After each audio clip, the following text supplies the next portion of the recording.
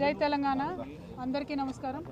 చాలా బాధాకరమైనటువంటి సన్నివేశము ఈ రోజు వాంకిడి ఆశ్రమ పాఠశాలలో మరి విషతుల్యమైనటువంటి ఆహారం తినడం వల్ల ఒకేసారి తిన్నటువంటి ఆహారం తిన్నటువంటి 30 మంది బిడ్డలు కూడా మరి సిక్ అయినటువంటి సందర్భంలో వారిని మంచిర్యాల నుండి నిమ్స్కి షిఫ్ట్ చేసి దాదాపు 15-17 రోజులు అవుతున్నా కూడా ఇప్పుడు నేను చూసొచ్చినటువంటి పాప ఇంకా కూడా వెజిటేటివ్ స్టేట్లోనే ఉన్నది। దాదాపుగా వెంటిలేటర్ మీదనే చాలా రోజుల నుంచి ఉన్నటువంటి సందర్భం। మనము చాలా బాధతో కూడినటువంటి పరామర్శ ఇది। ప్రభుత్వాన్ని మేము డిమాండ్ చేస్తూ ఉన్నాం, విజ్ఞప్తి చేస్తూ ఉన్నాం। పసిబిడ్డల ప్రాణాలు పోతూ ఉంటే పట్టనట్టు ఉండడం సరికాదు।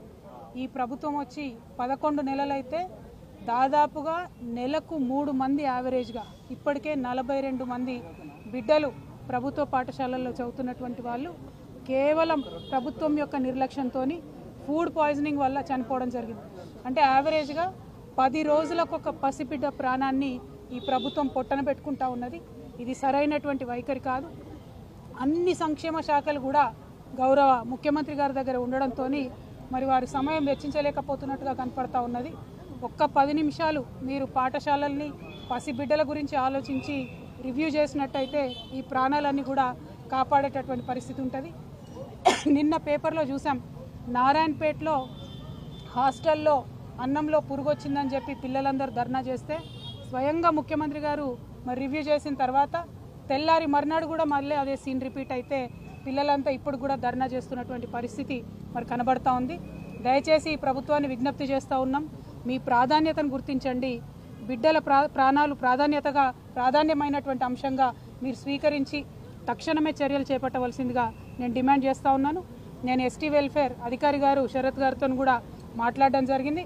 మరి వారు మేము చూస్తున్నాము, అన్ని రకాలుగా చర్యలు తీసుకుంటున్నామని చెప్తున్నప్పటికీ ఆదిలాబాద్ టు ఆలంపూర్ మీరు ఏ ఒక్క పాఠశాల చూసినా, ప్రభుత్వ గురుకుల కావచ్చు, ఆశ్రమ పాఠశాల కావచ్చు, ఏది చూసినా కూడా ప్రతి పాఠశాలలో ఏదో ఒక ఇన్సిడెంట్ జరిగింది। ఈ 42 మంది పిల్లలు 11 నెలల్లో చచ్చిపోయింది, అన్ని జిల్లాల నుండి ఉన్నారు। కాబట్టి ఓవరాల్గా ఈ పాఠశాల వ్యవస్థనంతా కూడా మరి ధ్వంసమైనటువంటి పరిస్థితి కనబడతా ఉంది। కాబట్టి దాని మీద ఫోకస్ చేయవలసిందిగా మేము ప్రభుత్వాన్ని డిమాండ్ చేస్తూ ఉన్నాం।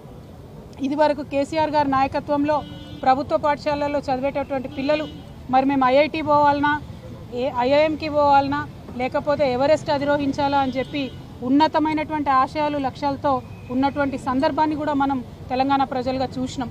కానీ ఈ 11 నెలల్లోనే మరి ఆ పాఠశాలలు ఈ దుస్థితికి చేరుకొని 10 రోజులకు ఒక పసిబిడ్డ ప్రాణం పోతుంటే కూడా ఉలుకు పలుకు లేకుండా ప్రభుత్వం ఉండడాన్ని మేము తీవ్రంగా ఖండిస్తూ ఈ అంశాన్ని సీరియస్గా తీసుకొని గౌరవ ముఖ్యమంత్రి గారు ఇంటర్ఫియర్ అయ్యి తక్షణమే ఈ పరిస్థితిని చక్కబెట్టాలని చెప్పి ప్రభుత్వాన్ని డిమాండ్ చేస్తూ ఉన్నాం।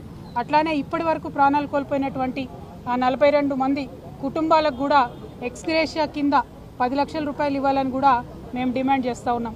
పోయిన ప్రాణం వెలకట్టలేనిది, పోయిన ప్రాణాన్ని తీసుకురాలేము, బిడ్డ దూరమైనటువంటి దుఃఖాన్ని తీర్చలేము, కానీ వారి ఆర్థిక కష్టాలలో స్వావలంబన ఇవ్వాల్సినటువంటి కనీస బాధ్యత ప్రభుత్వానికి ఉంటుంది। కాబట్టి 10 లక్షల రూపాయల ఎక్స్గ్రేషియా కూడా ఆ పిల్లల కుటుంబాలకు ఇవ్వాలని చెప్పి ఈ సందర్భంగా డిమాండ్ చేస్తూ ఉన్నాం।